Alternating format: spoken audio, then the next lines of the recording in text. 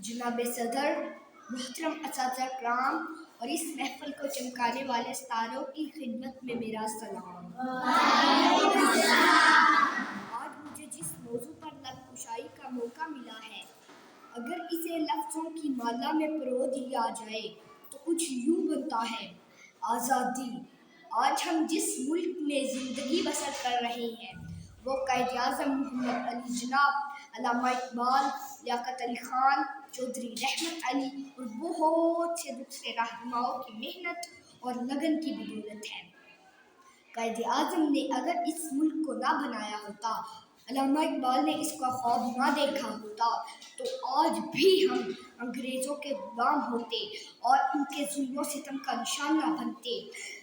قائد اعظم نے اگر اس ملک کو حاصل کرنے کی جدوجہد نہ کی ہوتی، علامہ اقبال جو کہ ہمارے قومی شاعر ہیں، انہوں نے ہمیں نہ جگایا ہوتا تو آج بھی ہم یوں ہی خواب غفلت میں سوئے ہوتے۔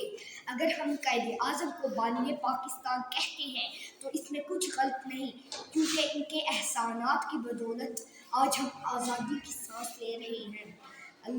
آخر میں دعا ہے اللہ انہیں جوار رحمت میں جگہ دے۔